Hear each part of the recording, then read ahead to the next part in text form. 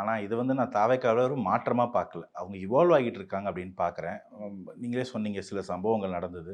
அந்த துரதிருஷ்டவசமான சம்பவங்கள்லேருந்து சிலதை கற்றுக்க வேண்டிய தேவை இருக்குது. ஏன்னா பலரும் குறிப்பிடுற மாதிரி அது ஒரு 1.5 வயசு கட்சி. அதில் யாரும் மாற்று கருத்து சொல்ல முடியாது. ஸோ அந்த கட்சி வந்து இவால்வ் ஆக வேண்டிய ஒரு கட்டாயத்தில், காலத்தின் கட்டாயத்தில் வந்து நிற்கிது.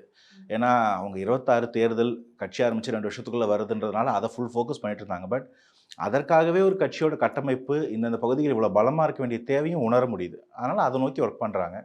அது காலத்தின் கட்டாயம், கட்சிக்கான தேவை. அதனால அது ஒர்க் பண்றாங்க. அது ஆரோக்கியமான விஷயம். சில கட்சிகள் இருப்பாங்க. எவ்வளோ நீங்க விமர்சனம் வச்சாலும் அவங்க இருக்கிற மாரியே இருப்பாங்க. அந்த விமர்சனங்களுக்கு பதில் தான் வருமே தவிர, அந்த விமர்சனங்கள் என்னைக்குமே தீர்வா பார்க்கவே மாட்டாங்க. ஸோ இவங்க இந்த வந்திருக்கக்கூடிய விமர்சனங்கள ரொம்ப கன்ஸ்ட்ரக்டிவா எடுத்துக்கிட்டு, அத மாத்துறாங்க அப்படின்னும்போது எனக்கு வந்து இவங்க மேல மரியாதை கூடுது.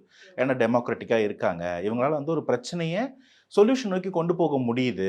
பெர்சனலா எடுத்துக்காம, ஈகோவா பார்க்காம இருக்காங்கன்றது என்னால புரிஞ்சுக்க முடியுது.